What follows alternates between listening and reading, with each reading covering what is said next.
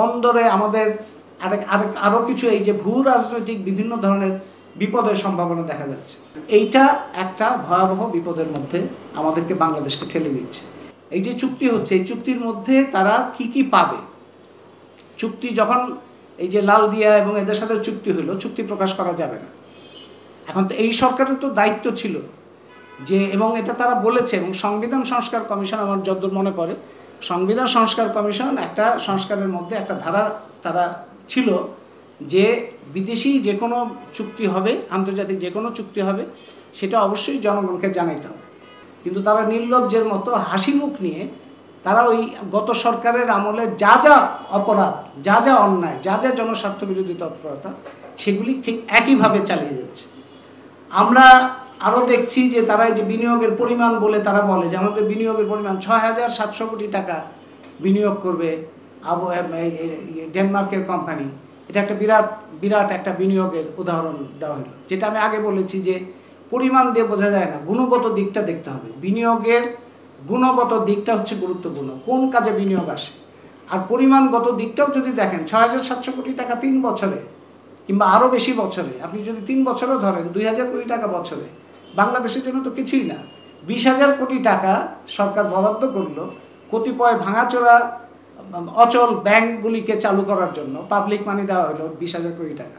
আর সেখানে তারা বলছে যে ৬,০০০ কোটি টাকা 3 বছর 5 বছরের জন্য বিদেশি বিনিয়োগ বিরাট একটা সাফল্য হিসেবে দেখাচ্ছে, যে বিনিয়োগের মাধ্যমে আমাদের বন্দর আমাদের হাতছাড়া হতে যাচ্ছে, কিংবা বন্দরে আমাদের আরও কিছু এই যে ভূ রাজনৈতিক বিভিন্ন ধরনের বিপদের সম্ভাবনা দেখা যাচ্ছে।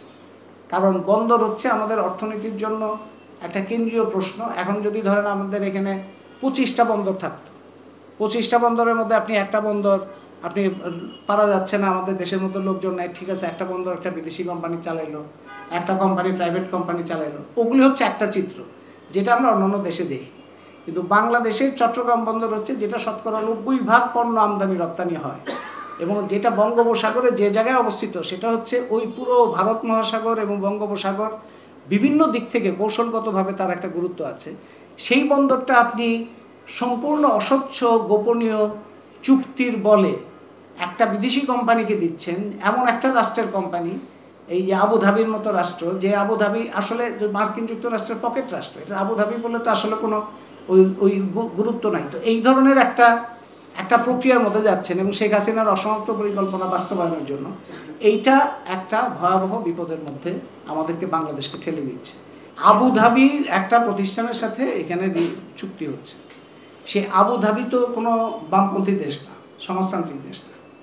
আবুধাবির যে প্রতিষ্ঠানটা বিশ্বমানের প্রতিষ্ঠান বলে বাংলাদেশের এই প্রচারকরা বলছে, সেই বিশ্বমানের প্রতিষ্ঠানটা হচ্ছে আবুধাবির রাষ্ট্রীয় প্রতিষ্ঠান। তো ওটা তো কোনো সমাজতান্ত্রিক দেশ না, তারা তো রাষ্ট্রীয় প্রতিষ্ঠান দিয়েই তাদের উন্নয়নটা হয়েছে। সিঙ্গাপুরের প্রতিষ্ঠানের সাথে চুক্তি হচ্ছে। সিঙ্গাপুর কি সমাজতান্ত্রিক দেশ? সিঙ্গাপুর কি বামপন্থী দেশ? পুঁজিবাদী দেশে উন্নয়ন করছে। সেই পুঁজিবাদী উন্নয়ন করার জন্য তাদের রাষ্ট্রীয় প্রতিষ্ঠান তৈরি করতে হয়েছে, জাতীয় সক্ষমতা তৈরি করতে হয়েছে। আমরা এর বাইরে ইউরোপের দেশগুলি যদি দেখি, আমরা উত্তর আমেরিকার যদি দেখি, জাতীয় সক্ষমতা না বৃদ্ধি করে পুঁজিবাদী বিকাশ করতে গেলেও সেখানে জাতীয় সক্ষমতা দরকার হয়। শিক্ষা, চিকিৎসা, অবকাঠামো, বিজ্ঞান ও প্রযুক্তি, গবেষণা, এই সমস্ত ক্ষেত্রে জাতীয় সক্ষমতার বিকাশ ছাড়া পুঁজিবাদের বিকাশও সম্ভব না। সেই জন্য এই পুঁজিবাদী দেশের যে উদাহরণগুলি আমরা দেখি, সেখানেও তারা জাতীয় সক্ষমতার উপরে গুরুত্ব দেয়। আর বাংলাদেশে এই পুঁজিবাদের পক্ষে যারা প্রচারক, তারা এতই কুপমন্ডু, তাদের তথ্য ভাণ্ডার এত দুর্বল, এবং তারা এতই বেশি বলা যায় যে অন্ধ, কিংবা ওই একটা যা থাকে যে বিজ্ঞাপনী প্রচারের মধ্যে থাকলে যা হয়, যে একটা বিষাক্ত জিনিসকে সুস্বাদু কিংবা স্বাস্থ্যকর জিনিস হিসেবে উপস্থাপন করার যে বিজ্ঞাপনের ধরন, সেই বিজ্ঞাপনের ধরনের মধ্যে আমাদের এই যে বিশেষ সহকারীরা, উপদেষ্টারা এবং তার প্রচারকরা যেভাবে করে, তাতে তাদের ওই যে সাধারণ তথ্যগুলো তাদের চোখে পড়ে না তখন, কিংবা তারা ওইটা ঢাকা দিতে চেষ্টা করে। খবরের কাগজ, নিখাত, নির্ভীক, নিরপেক্ষ।